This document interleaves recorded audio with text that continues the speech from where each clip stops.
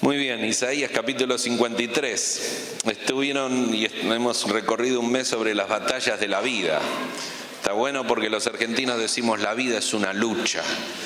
Las batallas de la vida, batallar con las dudas, batallar con la hipocresía, batallar con la ansiedad. El domingo que viene Norberto nos va a comentar cómo batallar con los temores.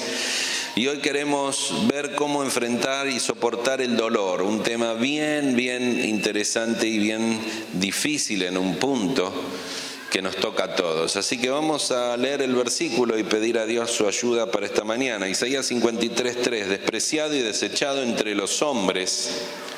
Isaías dice, hablando de Cristo el Mesías, varón de dolores, experimentado en quebranto. Y como que escondimos de él el rostro, fue menospreciado y no lo estimamos. Ciertamente llevó él, que llevó nuestras enfermedades y sufrió nuestros dolores. El varón de dolores sufrió nuestros dolores, y nosotros le tuvimos por azotado, por herido de Dios y abatido. Mas el herido fue por nuestras rebeliones, molido por nuestros pecados. El castigo de nuestra paz fue sobre él, y por su llaga fuimos nosotros curados. Hasta aquí nomás oramos. Señor, queremos reclamar y buscar de ti la ayuda necesaria para proclamar tu palabra, para encontrar en ella el mensaje que nuestro corazón necesita sobre un tema tan necesario para la vida, el tema del dolor. Ante, Señor, la realidad de esta experiencia, quisiéramos encontrar en tu palabra respuestas para saber cómo enfrentarla. Te lo pedimos y rogamos en el nombre del Señor y Salvador Jesucristo. Amén. Muy bien, ustedes han visto el título del mensaje, Soportando el dolor. ¿Se puede soportar el dolor? Qué difícil, ¿no? La vida nos ha sido planteada de una manera que el dolor está allí presente. Y hay tres cosas que quiero mencionar rápidamente. Si tienes tu boletín, nunca me gusta ver que sobren boletines, así que siempre quédense con el boletín, anoten. Queremos que la gente se lleve allí sus notas de lo que estamos hablando. Lo primero, quiero mencionar la realidad del dolor, y necesito por un momento que usted vaya hasta Eclesiastés capítulo 3. Hoy leímos recién al presidir Lamentaciones, así que usted va a estar cerca de ahí, Isaías, Jeremías, Lamentaciones, y entonces usted va a llegar a Eclesiastés antes de Isaías y antes de Cantares, y dice capítulo 3. Y es un capítulo donde dice todo tiene su tiempo y todo lo que se quiere debajo del cielo tiene su hora. Tiempo de nacer, tiempo de morir, tiempo de plantar, tiempo de arrancar lo plantado, tiempo de matar, tiempo de curar, tiempo de destruir, tiempo de edificar, tiempo de llorar, tiempo de reír. Y sigue hablando hasta que llega al verso 11, dice, todo lo hizo hermoso en su tiempo y ha puesto eternidad en el corazón de ellos, sin que alcance el hombre a entender la obra que ha hecho Dios desde el principio hasta el fin. Primera cosa simple y fundamental es saber que hay una realidad, es la realidad del dolor. El dolor es una realidad que no podemos esquivar, nos gustaría, pero no la podemos evitar, está allí, forma parte de la vida. Salomón está acá mencionando 4 cosas muy interesantes. En primer lugar, en el verso 1 al 11, él está mirando arriba y está diciendo, Dios ordena los tiempos y todo tiene su tiempo, y Dios sigue siendo soberano y providente y gobernando sobre las experiencias de la vida. En un momento vamos a volver a este punto número 1. En segundo lugar, usted va a ver allí en el verso 11 cómo Salomón mira adentro y dice, hay eternidad en el corazón del hombre. Hay eternidad, es lo que nos vincula con Dios. En tercer lugar, usted sigue leyendo y va a ver que Salomón mira adelante y dice: la muerte nos llega a todos. Por último, en los próximos 2 capítulos, él va a mirar alrededor del hombre y ve los problemas y las cargas de la vida. Así que son 4 miradas muy interesantes. Solo un momento de detenernos en la primera mirada, cómo él mira arriba, y él ve que Dios está gobernando los asuntos y las experiencias de la vida. Usted lee el verso 2 en adelante, hay 14 declaraciones que él hace y son contrapuestas, ¿no? Nacer, morir, esparcir, juntar, llorar, reír, endechar, bailar, matar, curar, una contrapuesta contra la otra. Está diciendo, Dios está obrando en nuestra vida individual y los tiempos de la vida son distintos. A veces llorás y a veces reís. Alguien nace y alguien muere. Alguien junta y alguien desparrama. Y en las experiencias difíciles de la vida, y usted las puede acumular ahí: muerte, arrancar, matar, esparcir, abstenerse de abrazar, alguien que no te quiere abrazar, perder, romper. Usted puede ver que todavía la realidad del verso 11 es una conclusión absoluta. Todo lo hizo hermoso en su tiempo. Aún en los tiempos difíciles de la vida, si los vivimos en armonía con los propósitos de Dios, entonces la vida no carecerá de sentido. Pero este es el primer punto, que hay una realidad. El dolor es una realidad y Eclesiastés la marca muy, muy claramente. No hay forma de escapar. Nos gustaría vivir exentos del dolor, pero el dolor es parte de la vida. Es interesante porque en este punto uno dice, debemos estar preparados para el dolor. Pero esa tiene una ambigüedad de conceptos, porque uno dice, yo puedo estar preparado, pero ¿hasta qué punto me preparo? Cuando aparece la muerte, la enfermedad, de repente viene y sin saberlo entra en mi vida. Es que en realidad es al revés, es la palabra de Dios, la verdad de Dios que prepara mi corazón para ese momento. Que estar preparado para las adversidades de la vida no significa estar pendiente de las adversidades de la vida, no significa, seguramente algo me va a pasar. Hay un texto muy lindo, no sé si lo recuerda, lo he mencionado muchas veces, el Salmo 112, el verso 7 dice que el hombre de Dios no tendrá temor de malas noticias. En otras palabras, cuando suena el teléfono a las 3 de la mañana, siempre estamos pensando, se murió alguien, ¿no? La abuela, siempre matamos a la abuela. Puede ser equivocado. Salmo 112, verso 7, no tendrá temor de malas noticias. El verso 1 explica por qué el hombre que teme a Jehová. El hombre que teme a Dios no teme las malas noticias, así que no estamos hablando de alguien que está pendiente del sufrimiento. No estamos aquí para salir y decir, uy, el dolor que va a venir mañana, la enfermedad del miércoles, o que voy a perder el trabajo el viernes. No estoy pendiente de eso. Vivo por otros parámetros. Pero la verdad de Dios prepara y debe preparar mi corazón en el sentido que cuando ese dolor llegue, porque va a llegar, saber algunas cosas que me van a sostener en ese momento. El Salmo 23 habla también de las distintas etapas en las experiencias de la vida. En realidad el Salmo 23 habla de Dios, no de nosotros, habla de la bondad de Dios, que te guía, que te acompaña, que está delante de tus enemigos, que te llena tu corazón, rebosa tu alma, y que en el valle de sombra y de muerte, Él estará con nosotros. Yo estaré contigo, mi vara y mi cayado te infundirán aliento. En la vida hay valles oscuros de sombra y de muerte. Es sombra, no tiene esencia ni consistencia, pero es una sombra de muerte. En la Biblia los valles, en la vida los valles tienen 3 características que tienen que ver con la realidad del dolor. Número 1, son inevitables. Inevitables. Si yo pregunto a alguien aquí que no quiera sufrir, van a levantar la mano todos. Pero la verdad que es inevitable pasar por un valle de sombra y de muerte. En segundo lugar, los valles son imparciales. Ricos o pobres, grandes o chicos, jóvenes o viejos. Les pasan a todos, no hay elección, no hay selección. A vos sí, a vos no, a vos sí, y a vos sí, y al otro no.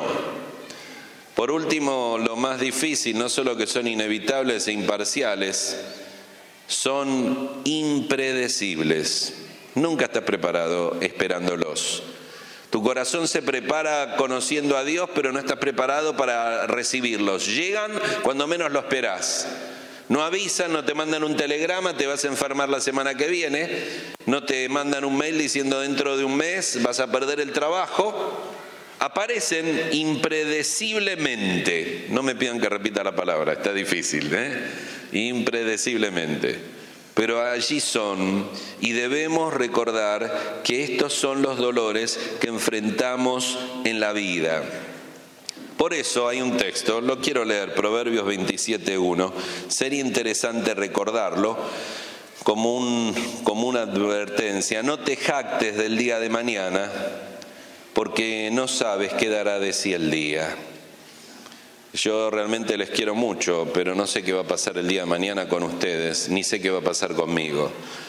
Y no es una sombra de temor de lo que va a venir, no, es sencillamente una actitud de confianza de depender de Dios. Debo depender de Dios para mi mañana. Y como dependo de Dios, la esperanza es real, porque la esperanza es dar por garantizado la bondad de Dios. Esperanza es dar por sentado que Dios es bondadoso. Esperanza es tener en claro el carácter de Dios de lo que me espera mañana. Pero no te jactes del día de mañana, por favor, porque la verdad y la realidad del dolor aparece. Hay distintos tipos de dolores, ¿no? Hay dolores físicos y dolores que tienen que ver con el alma, que tienen que ver con la emoción, con la mente. Hay una lista de 7 dolores físicos que son como el ranking de los 7 máximos dolores que el cuerpo humano sufre. Los voy a dar de abajo hacia arriba. El dolor vesicular, el dolor de la vesícula. ¿Quieren levantar la mano los que duelen? Saben lo que es eso, ¿no? En sexto lugar, la neuralgia del trigémino, que es ese dolor que viene aquí y es un dolor muy, muy fuerte. En quinto lugar, la migraña. Migraña es mi cráneo, el dolor de cabeza. Cuando sufrís un dolor de cabeza, esos dolores muy, muy fuertes no solo te afectan, sino cuando se van te siguen perturbando como que quedó resentido tu cabeza. En cuarto lugar, las fracturas. La fractura de un hueso es algo muy doloroso.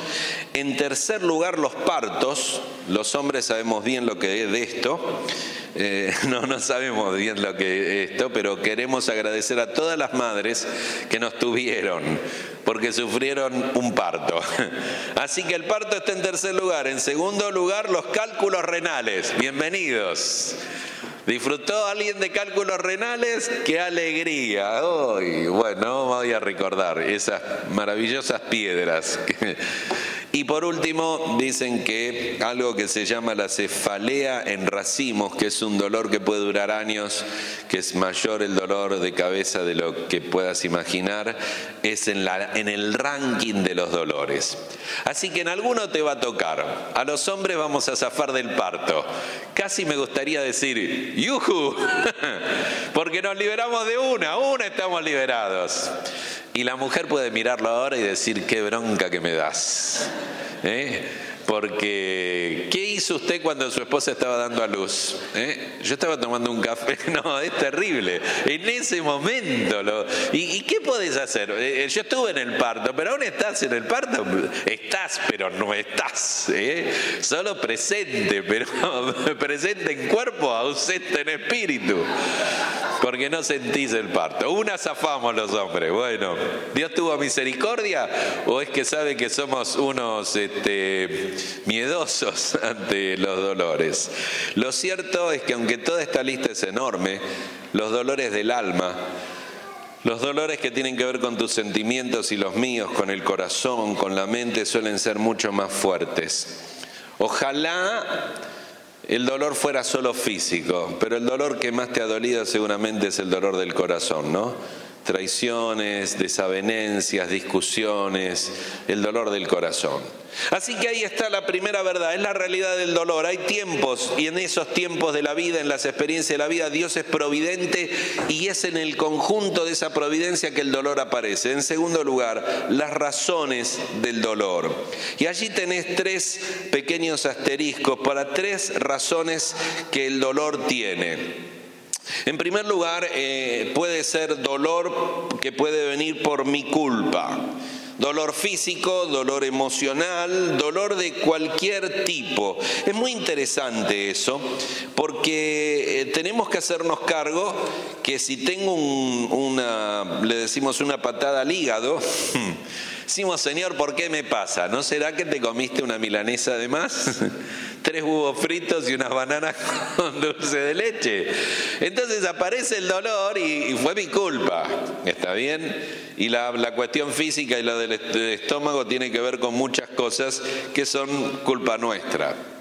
Pero hay dolores que son nuestra culpa, no solo físicas. Hay dolores que tienen que ver con el alma, no solo por descuidar mi cuerpo, por malas decisiones o por mis pecados. David sufrió mucho, Salmo 51 y Salmo 32 habla de sus sufrimientos cuando él pecó. Él dice que se envejeció, él fue un hombre que sufrió. Dice Salmo 16:4, se multiplicarán los dolores de aquellos que sirven diligentes a otro Dios. Y Dios está con minúscula.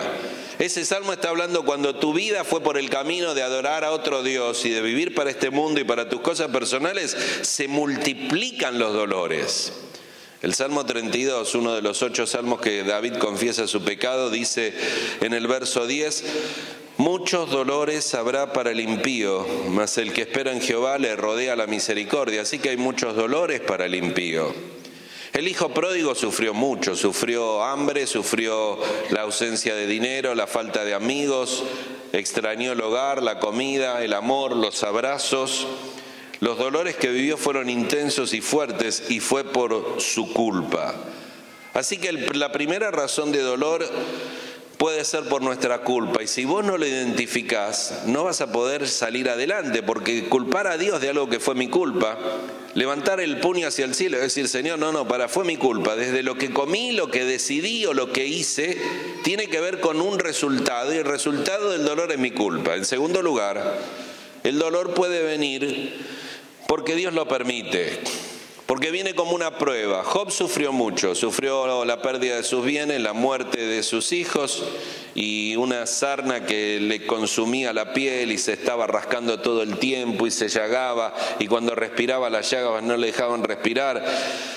Job se sumergió en una cantidad de dolores físicos, espirituales, emocionales, de todo tipo. Su corazón y su mente estaban sumergidos en dolores que Dios estaba permitiendo y que Dios dejó que vinieran como una prueba. No tengo muchas explicaciones, sé que Dios ha llamado a personas al dolor. Tal vez la parte difícil del ministerio ha sido por más de 30 años escuchar el dolor de mucha gente. Y cuanto más viajás, más conoces el dolor de muchas personas. Así que te cuentan de la muerte de un hijo en algún momento, de la muerte de una hija, de que su bebé se ahogó y cosas tan terribles que podría contarte que las recuerdo porque las personas manifiestan en una relación ese dolor, y más conoces, más sabes de esto. Pruebas de todo tipo, de toda manera y de toda forma. Dios llama a personas en un punto a ciertos dolores para exponer su gloria. Y me gusta la expresión Dios llama, o Dios elige, o Dios escoge, porque no es algo que uno desea. Es una expresión que alguien se podría molestar y decir, pero yo no quisiera haber sido elegido para sufrir esto, pero no es tu elección, tiene que ver con Dios y con sus propósitos eternos. Y la eternidad revelará mucho de esta razón que tiene que ver en descansar en el carácter de Dios. Yo quiero recordarte que cuando Dios contestó a Job, Él no le contestó ninguna de sus preguntas. Él no contestó sobre la teología del mal, ni Él habló sobre la justicia de Dios. Los amigos de Dios quisieron defender la justicia de Dios a expensas de la soberanía de Dios. Lo voy a repetir, es muy importante lo que acabo de decir. Quisieron defender la justicia de Dios a expensas o limitando la soberanía de Dios. La justicia de Dios no necesita que la defiendas. Dios obra sin darte explicaciones ni razones, porque Dios sigue siendo soberano. Si vos querés defender la justicia de Dios, alterás la soberanía de Dios. Dios es soberano y en su soberanía hace y deshace, te guste o no te guste, porque Él sabe, porque Él ama, porque Él conoce. Y su justicia no es puesta en tela de juicio. Así que en realidad Dios le hace a Job 70 preguntas y Job no puede contestar ninguna. Así que no tiene por qué contestar por qué sufrió Job, no tiene que contestar sobre la teología del mal, ese concepto, hago lo malo y sufro, hago lo bueno y me va bien. No es así. Haciendo lo bueno también uno puede sufrir. Y no contestó sobre la justicia de Dios porque Dios no tiene que dar cuenta ni explicaciones a nadie. Así que él llegó a entender y a conocer a Dios de una manera más personal sin tener que recibir explicaciones. Porque a propósito, el creyente no vive por explicaciones, vive por promesas. El creyente no vive por razonamientos humanos o respuestas a preguntas que la eternidad revelará. Él vive por la confianza en lo que Dios es. Y eso es donde Job terminó diciendo: de oídas te había oído, yo te había oído, Señor, había ido a todos los domingos a la iglesia de Edo, había escuchado el culto por internet, había memorizado la Biblia, pero te había oído de oídas. Ahora mis ojos te ven, ahora tengo un conocimiento pleno de quién tú eres, ahora capto la idea de quién es Dios. Y cuando llega a ese punto, Dios restaura sus bienes, la familia y aún la relación con esos amigos, entre comillas, que él tenía por causa de que él reconoció quién era Dios. En último lugar, hay dolores que son causados por otros. Vienen por otros, otros traen aflicción a la vida. Pablo habló en Timoteo de Alejandro el calderero, que me ha causado muchos males. En la vida seguro tenés personas que te han causado daño o dolor. A veces el dolor viene por otros por la preocupación por otros. Pablo decía en 2 Corintios que la preocupación por todas las iglesias se agolpaba sobre él. ¿Quién enferma y yo no enfermo? La preocupación por los hijos, la preocupación por los padres, sufrimos por otros. Y a veces uno hizo las cosas de la manera correcta, pero sufre por un hijo, sufre por un hermano que toma un desvío del camino, y es tremendo el dolor que vivimos. Y decimos, uno luchó para hacer el camino a la manera de Dios y esta persona se ha desviado del camino y sufro tanto porque lo amo, porque lo quiero. Porque yo hablé del dolor del hijo pródigo, pero podría hablar del dolor del padre. ¿Cuánto sufrió el padre? Tal vez mucho más que el hijo, porque una y otra vez esperó que el hijo volviera y lo vio de lejos y sabía lo que le esperaba y sabía que la provincia era apartada y sabía que iba a perder sus bienes y que iba a perder su vida viviendo perdidamente. Así que a veces el dolor viene por causa de otros. A veces deberíamos interpretar el dolor que generamos también en otras personas. Deberíamos pensar seriamente, hijos, en los dolores que causamos a nuestros padres. Porque hay muchos hijos que no saben cuánto daño están haciendo al corazón del padre. Porque en realidad al dañarse a sí mismo no están dañando al padre, pero el padre sufre por el dolor del hijo. Es algo difícil de explicar. Tal vez creo la primera vez que lo entendí así fue cuando Esteban era muy chiquito y corriendo se golpeó y se la abrió y terminamos, siempre de madrugada uno termina, ¿no?, en un hospital. No me preguntes por qué, pero siempre las madrugadas son las horas en que los chicos tienen accidentes. Es la hora en que las farmacias de turno nunca están de turno. ¿Alguna vez ustedes encontraron una farmacia de turno? No. Así que estábamos en el hospital y le tenían que coser acá la boca, ¿no? Y entonces, como eran bien chiquitos, estaba llorando. Y lo agarró la enfermera, lo agarramos entre 4, le dimos varios golpes. Pero en un momento experimenté algo que nunca había experimentado. Vi sufrir a mi hijo y dije, ojalá sufriera yo. Ojalá su dolor fuera mi dolor. Casi te diría que fue una revelación del corazón de Dios, sufriendo por su hijo, muriendo por nosotros, entregando a su hijo, algo muy extraño que nunca me había pasado. Cuando amás mucho a una persona, el dolor de esa persona hace sentir tu corazón dolido aún mayor. Así que, hijos, piensen muy bien en esto.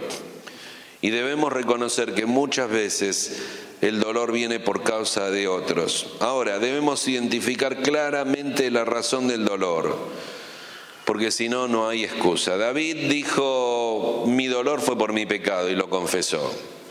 Y si es de Dios, es hora de confiar en el carácter de Dios y dejar que Él actúe y que Él siga siendo soberano, y sin planteos de su justicia, que Él siga siendo soberano. Y si es por causa de otros, hacer un ejercicio de oración y de dependencia en Dios para ver cómo Dios nos lleva y lleva a esa persona adelante. Pero en último lugar, quiero detenerme a ver las respuestas al dolor, porque ya entendimos que es una realidad y ya entendimos las 3 razones que puede haber: por mi causa, porque Dios lo permite, o por causa de otros. Pero ¿cómo respondo al dolor? Y ahí hay 4 cosas muy importantes.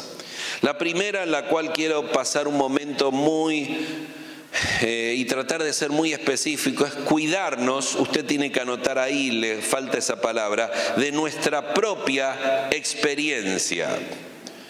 A ver, ¿cómo es esto? Es que el dolor viene y lo filtramos a través de nuestra propia experiencia. El dolor no es dolor total en sí. ¿Cómo? El dolor tiene que ver el acercamiento que tengo yo al dolor. Eso va a ser lo mayor o menor, como yo me acerco a ese dolor en la vida de manera distinta. ¿Y sabe cómo se acerca usted al dolor de la vida? Por la historia que usted tiene. Todos llevamos una historia en la vida. Todos tenemos una historia en la vida. Les he dicho de aquí que todos estamos rotos. Hay gente que está rota y lo sabe, hay gente que está rota y no lo sabe. Bueno, todos tenemos una historia. No hay una persona sentada en este lugar que no tenga una historia en su vida.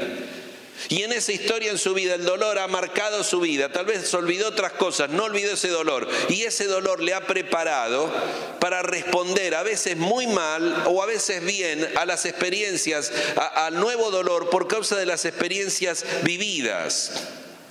Así que tenemos una cantidad de personas respondiendo al dolor de muchas maneras distintas. Primero hay la idea que algunos se creen dueños de todos los sufrimientos. Ellos son los que más han sufrido, se llevan el primer premio del dolor.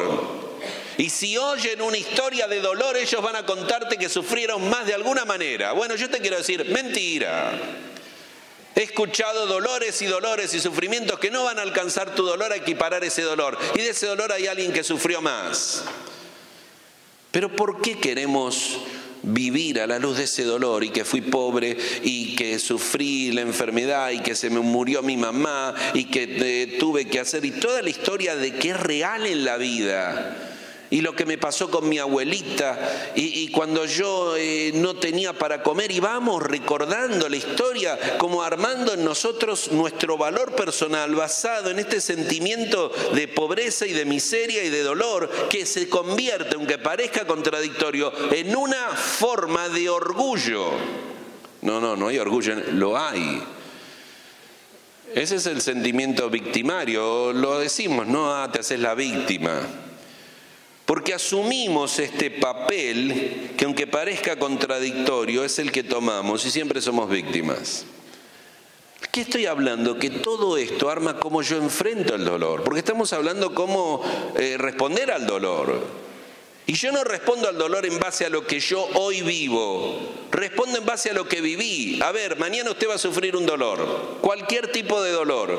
Usted no va a responder al dolor de mañana, va a responder al dolor en base a la experiencia vivida en los años anteriores. Y entonces esa experiencia pega muy fuerte, en términos muy argentinos.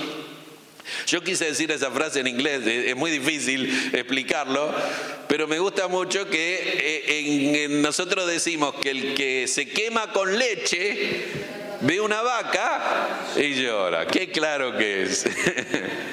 Qué difícil de explicar. Es simple. Así que vos estás, ya tu corazón, ni sabe, ni el mío, preparado por la historia de la vida a responder al dolor y a responder. Y nuestro cónyuge lo sabe muy bien. Ya sabe cómo actuamos, ya sabe el sentimiento que llevamos, ya sabe cómo respondemos. Es una actitud que se ha formado en la experiencia de la vida y ni somos conscientes que reaccionamos a la luz de eso y no a la luz de la verdad divina. Así que en un sentido terminamos teniendo una forma extraña de sentir dolor, o siendo masoquistas, o aflicción, o problemas, o enfermedades, para sentirse la parte pobre de uno y el pobrecito de uno. Ese sentimiento que nos acaricia el alma y digo, bueno, yo soy pobrecito, yo oigo a la gente hablar de pobreza en tantos lugares y países y los niveles de pobreza son tan distintos. Hay gente que dice, no son pobres. Y tienen la casa y la comida y hablan y siempre parece que la gente quiere refugiarse en este sentimiento de victimario o de víctima, no víctima, de víctima, de sentirse así. Ahora usted llega a los evangelios y una cosa muy llamativa, siga el concepto de lo que estamos hablando, de cuidarnos de las experiencias que nos ayudan a filtrar el dolor, y va a ver que los encuentros del Señor con las personas tienen otra mirada. ¿Cómo es esto? Porque cuando uno llega a los evangelios, uno ve al Señor encontrándose con personas que en ese presente, reciben a Cristo, aceptan a Cristo, creen en Cristo, creen en el Mesías, ponen su fe en Él. Pero en ese presente siempre había una historia pasada. Por ejemplo, Nicodemo en aquella noche, en esa habitación elevada donde fue a buscar al Señor, Nicodemo fue y habló con el Señor y el Señor dice, oyes el viento, y el viento golpea sobre la aliyá, que se llamaba la habitación alta. Bueno, así es el que es nacido del Espíritu. Y él dice, yo siendo un hombre viejo. ¿Sabe lo que está diciendo Nicodemo? Yo tengo una historia. Toda la vida traté de mantener la ley como un fariseo. Tengo años como fariseo. Yo no soy un recién nacido, tengo una historia de toda una vida observando la ley diligentemente. Soy un miembro del Sanedrín.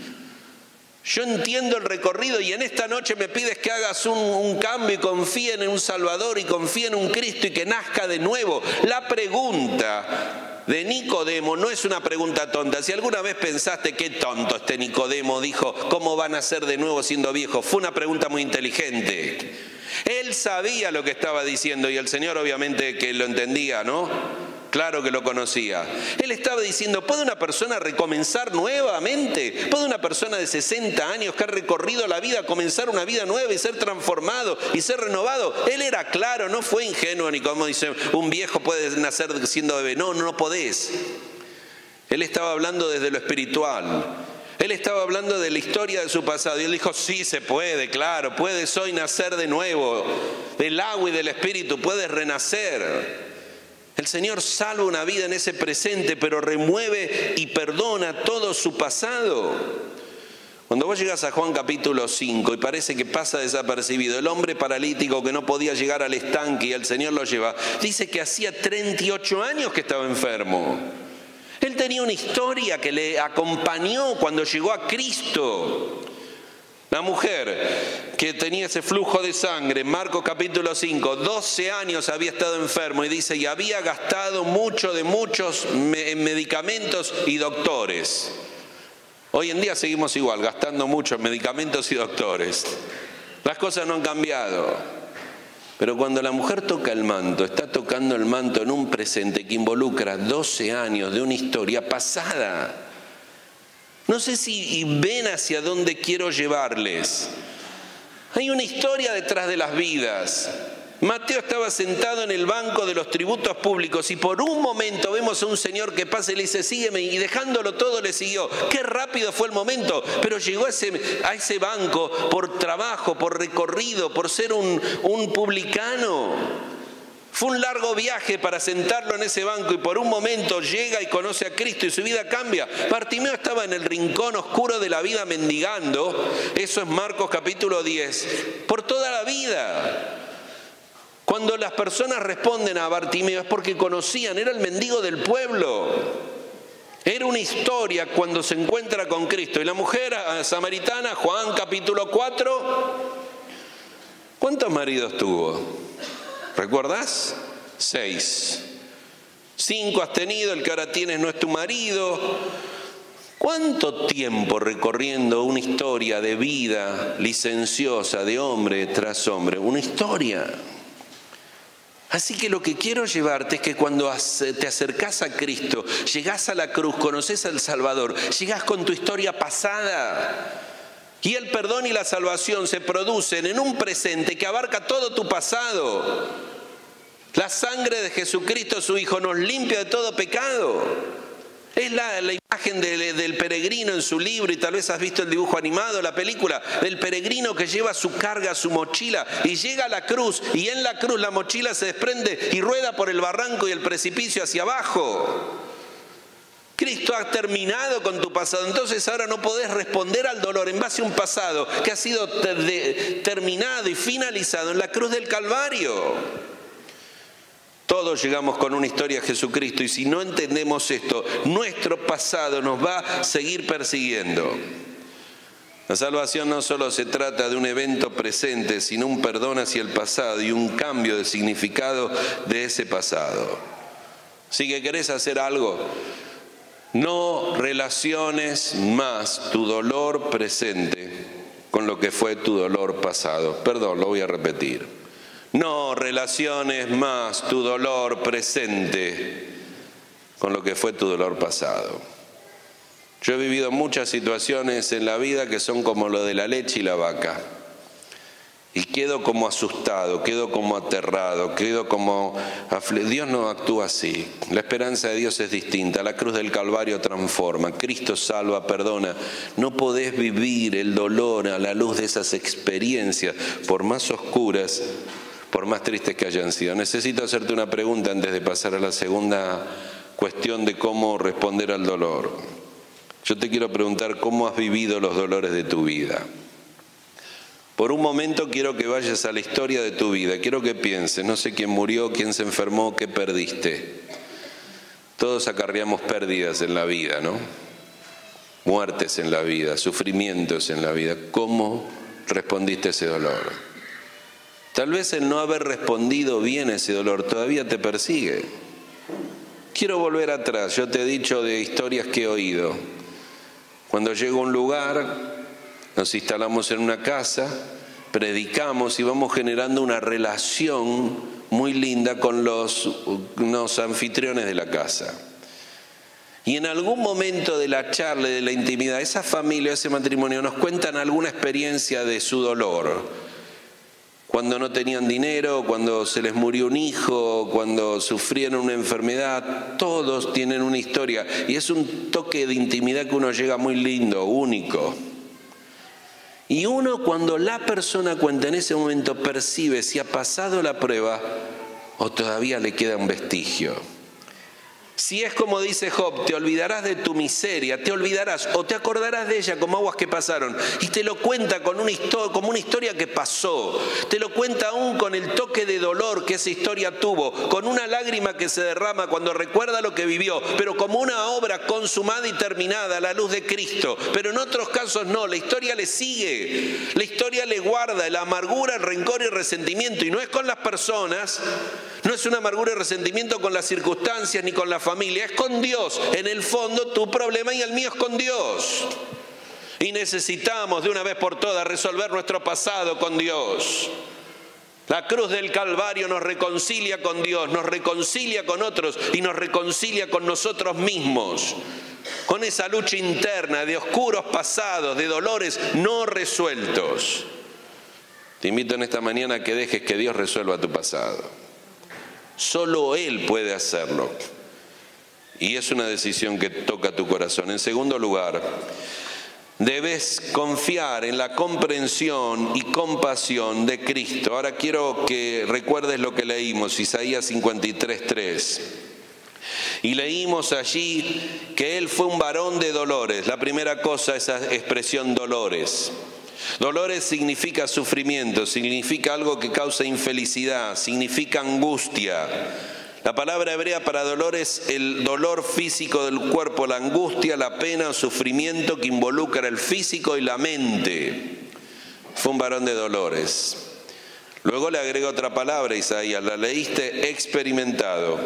Esa es una palabra trascendente, es tener experiencia con, es tener conocimiento, es participar. Esto es lo que diferencia a Cristo de todos los demás.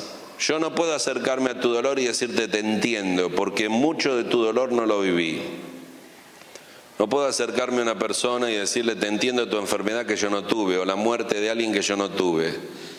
Pero el Señor tuvo la experiencia como varón de dolores, experimentado en quebranto.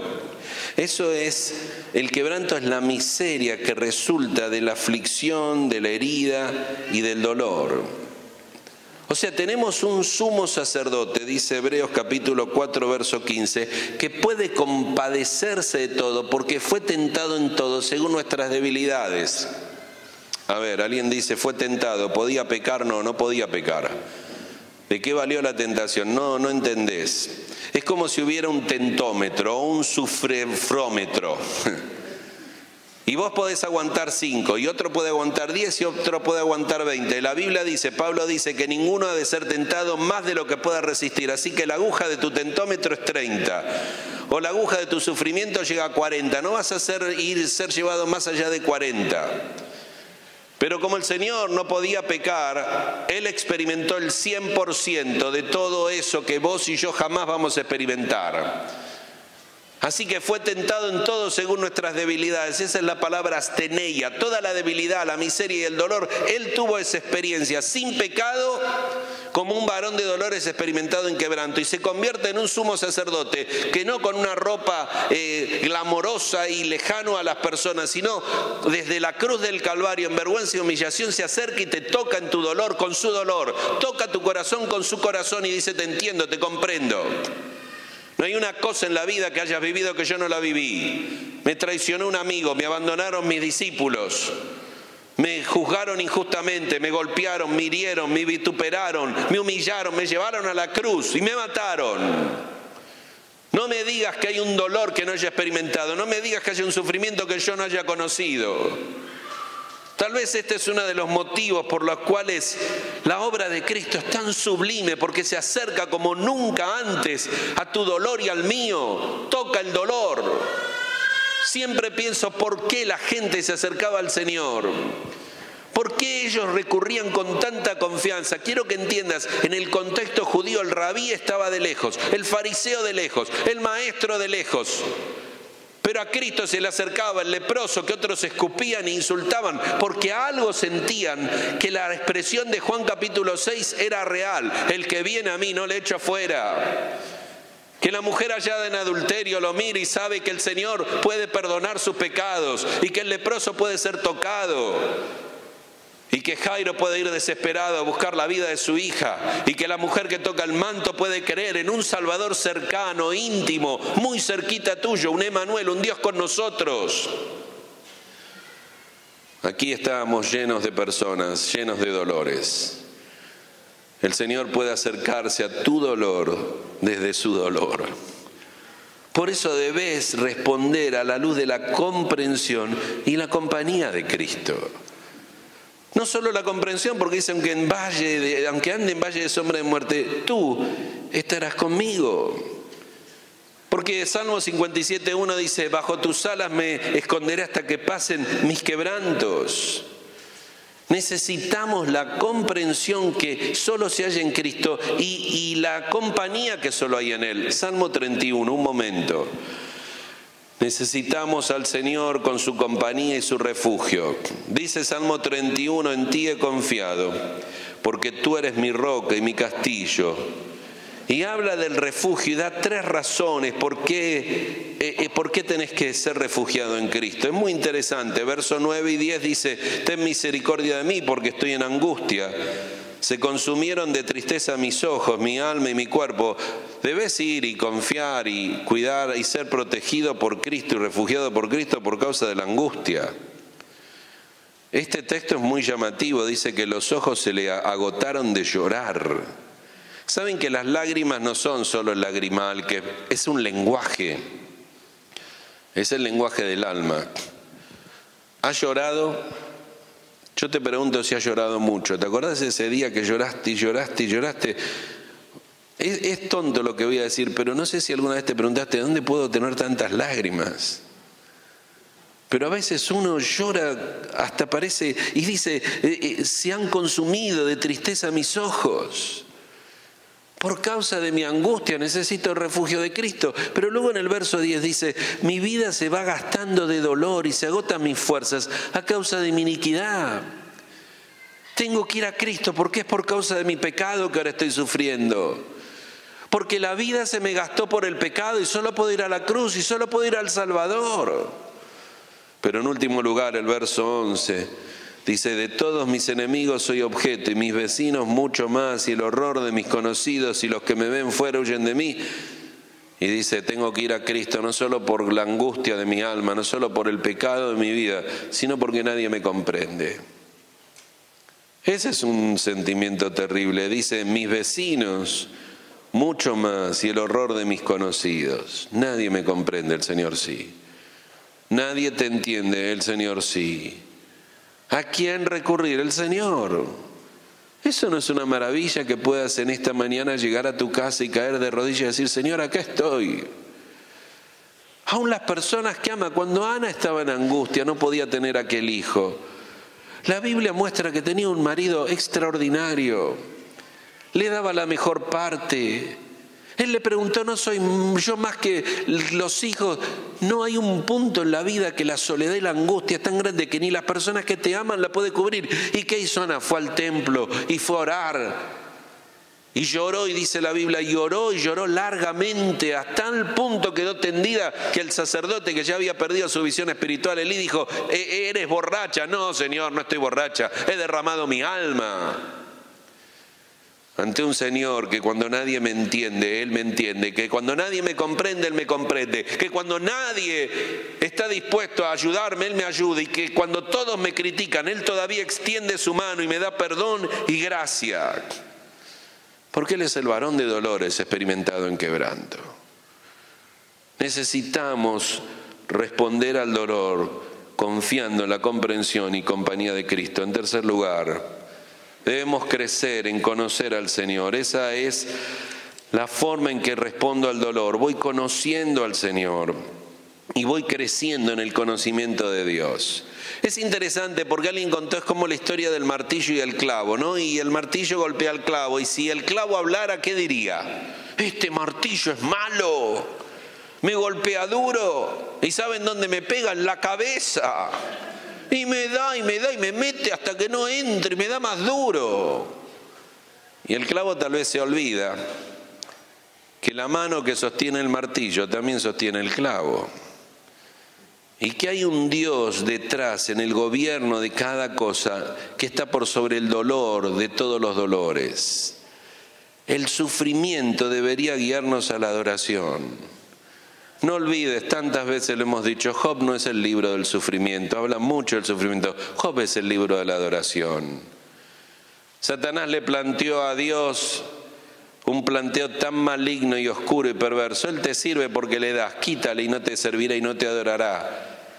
Y cuando Job cae en capítulo 1, verso 21, dice: de rodillas cae, dice: Jehová dio, Jehová quitó, sea el nombre de Jehová bendito. Job está declarando que Dios es digno de ser adorado. Cuando perdí el dinero, perdí la familia, perdí los hijos, perdí la salud y perdí cada cosa, Dios es digno de ser adorado, y el cielo parece que quiere aplaudir.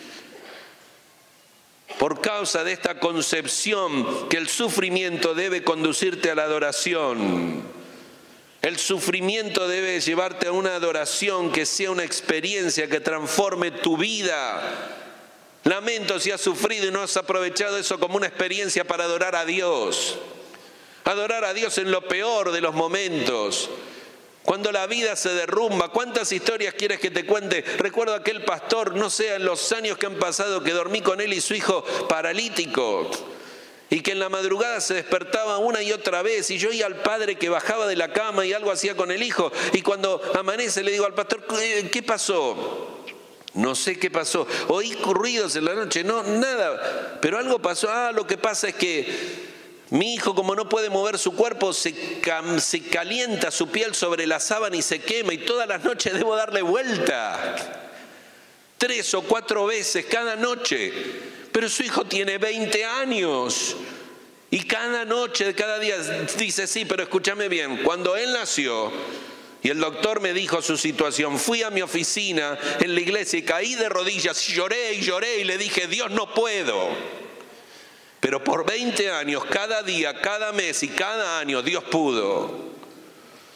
Y Dios me sostuvo por amor a mi Hijo y por la gracia de Dios, a mantenerme más allá del dolor. Necesitas entender que el sufrimiento debe convertirse en una experiencia de oración a Dios. Quiero invitarte que lo que has sufrido en tu vida, hoy sea una experiencia de oración. Señor, te adoro porque he sufrido y por lo que he vivido. Cuando hace algunos años atrás nos robaron en la otra casa, 3 veces nos robaron. Nos habían robado varias veces, hasta el perro guardián, me robaron el perro guardián, todo. La gente se ríe, se robaron el perro guardián, el collar. Primero se robaron el collar, después el perro. Una cosa, nos robaron la heladera, todo.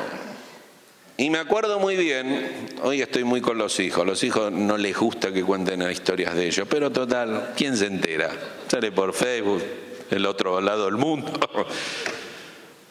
Papi, me dijo uno de ellos, no sé quién de los 3. Nosotros llegamos, viste, cuando la casa la ves revuelta, no había nada, se habían robado todo. Encima habían revuelto los cajones de la mesa de luz para ver si había dinero. ¡Qué tonto! Yo los revolví tantas veces y no encontré. Ellos me iban a encontrar ellos. ¡Qué tontos los ladrones estos!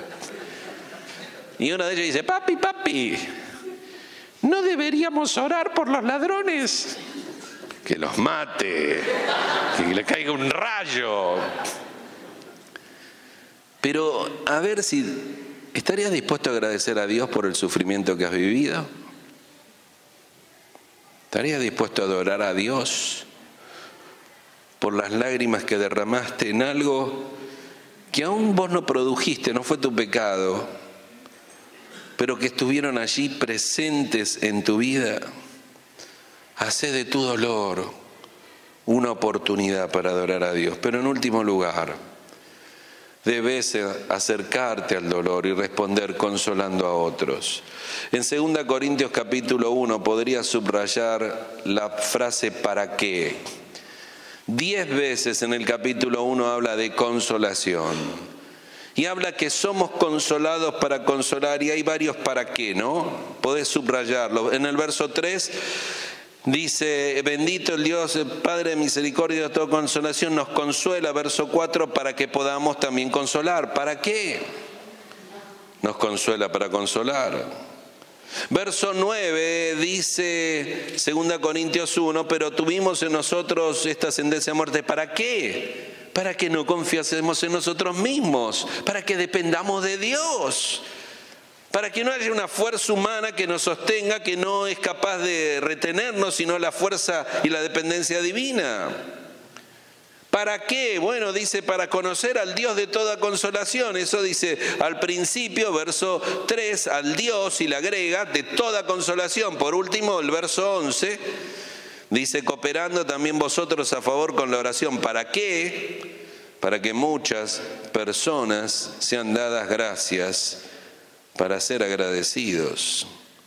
El dolor viene para producir en nosotros una actitud de agradecimiento, para depender de Dios, para conocer a Dios y para consolar a otros. Pablo dice tan fácil, sufrimos, Dios nos consuela, consolamos a otros. Ahora, en esta mañana todos los que están aquí han sufrido, todos hemos pasado dolor. Los que están aquí, muchos pueden consolar. Pero la realidad es que pocos consuelan a otros en la vida. Vivimos como que somos el ombligo del mundo, el eje del universo soy yo. Y lo triste es que hemos llorado demasiado por nosotros mismos y no hemos aprendido a llorar por otros y consolar a otros. Y el dolor se pierde en la historia de tu vida si no lo canalizás a través de ser sensible y cubrir las necesidades de otros. Cuando personas sufren en esta iglesia, me gusta llevar a gente que los consuele, que ha vivido experiencias similares. Me gusta no solo oír con la palabra de Dios, soy un pastor y estoy en la hora de oscuridad y en la hora de muerte. Es lo que Dios me ha llamado a hacer con su palabra, pero estoy incapacitado de acercarme al dolor de muchos cuando no ha sido mi experiencia. Entonces llevo conmigo personas que han sufrido ese dolor, que lo han vivido y pueden decir, te entiendo, te comprendo.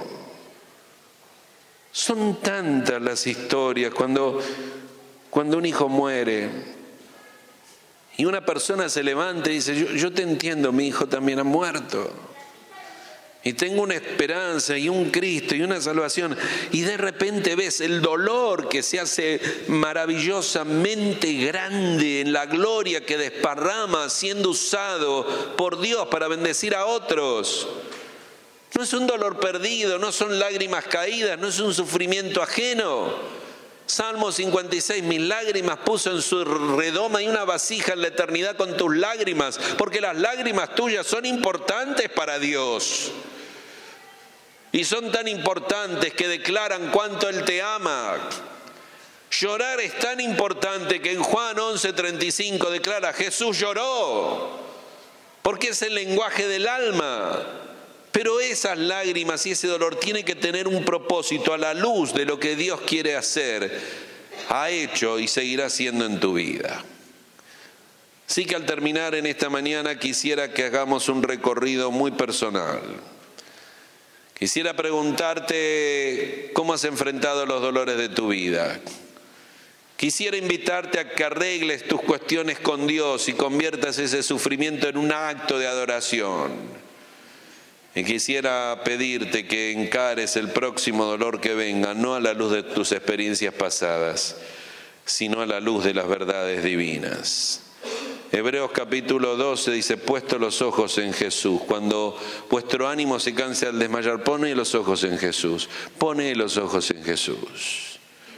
Leímos Isaías 53, versos 3 y 4. El verso 5 dice, por su llaga fuimos nosotros curados. Qué curiosa que es la vida. Yo no tengo muchas memorias de muchas cosas. Hay algunas personas que tienen muy buena memoria. Mi esposa Liliana es así, recuerda muchas cosas de toda su vida, aún de niña. Algunos tienen eso, ¿no? Que recuerdo que tenía el suéter azul y digo, ¿cómo puede ser? Yo no me acuerdo lo que me puse hoy, me voy a acordar. No me acuerdo el nombre de mis hijos, imagínense que... No, eso sí me acuerdo. Pero no olvido dos cosas, de varias, pero dos. No olvido los dolores. No olvido los dolores.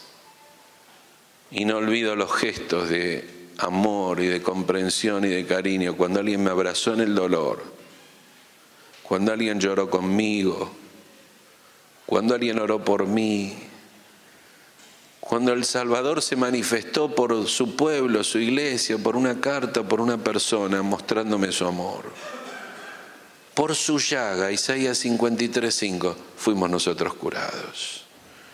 ¿Por qué en esta mañana no arreglas tus cuentas con Dios? Para algunos será decir, Señor, he sufrido demasiado por mi pecado, perdóname, vuelvo a ti.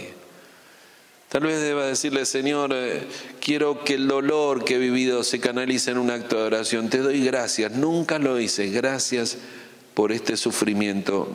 Lo sufrí, lo lloré. Yo quiero agradecerte porque tú has seguido siendo soberano y siendo Dios del universo, estás siempre sentado sobre su trono.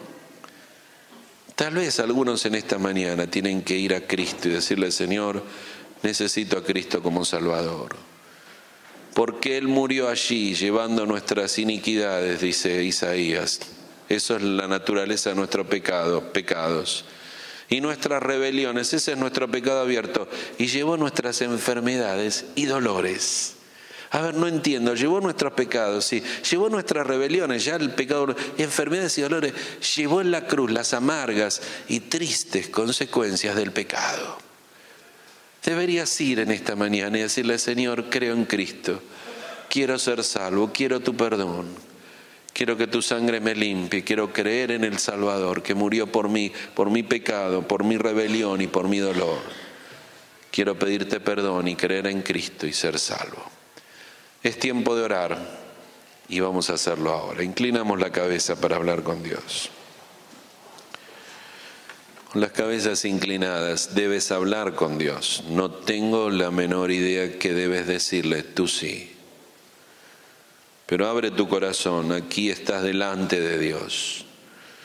Él oye tu oración silenciosa por perdón, por volver a Él, por arreglar tus cuentas con el sufrimiento pasado y decirle, Señor, me dolió mucho. Tal vez en esta mañana puedas hacer una gran confesión. Señor, tengo amarguras contigo, Dios. Tengo resentimientos por lo que viví. Pero ahora me doy cuenta que tú me amas. Y quiero convertir ese dolor en un acto de adoración a ti.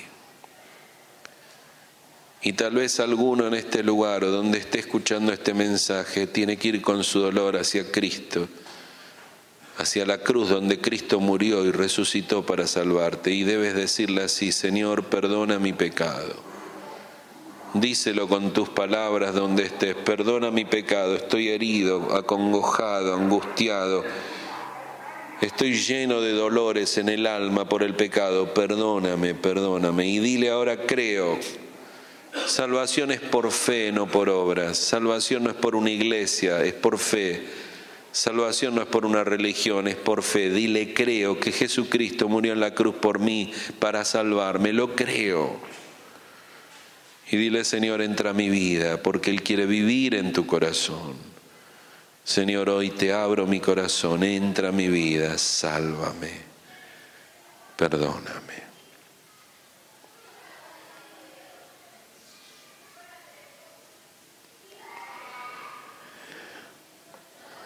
Voy a terminar orando. Quiero preguntarte si has orado, si le has dicho, Señor, perdóname, Señor, creo en ti, Señor, sálvame. Si lo has hecho, te invito a que levantes tu mano ahora, como una indicación de esa decisión. Sin palabras, levanta tu mano. Vamos a terminar orando en esta mañana. ¿Cuántos hay así? Un hombre, una mujer, un joven. Tu mano en alto, indicando la decisión de tu corazón.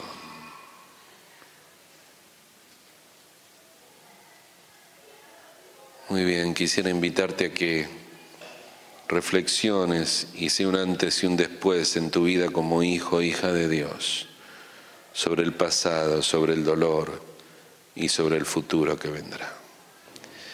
Querido Señor, te agradecemos en esta mañana por tu palabra. Gracias, Señor, por la claridad con que tú no solo nos enseñas, sino nos acercas a entender que Jesucristo es un varón de dolores experimentado en quebranto, que es un sumo sacerdote compasivo, que nos entiende como nadie podría entendernos y se acerca y nos busca y nos ama.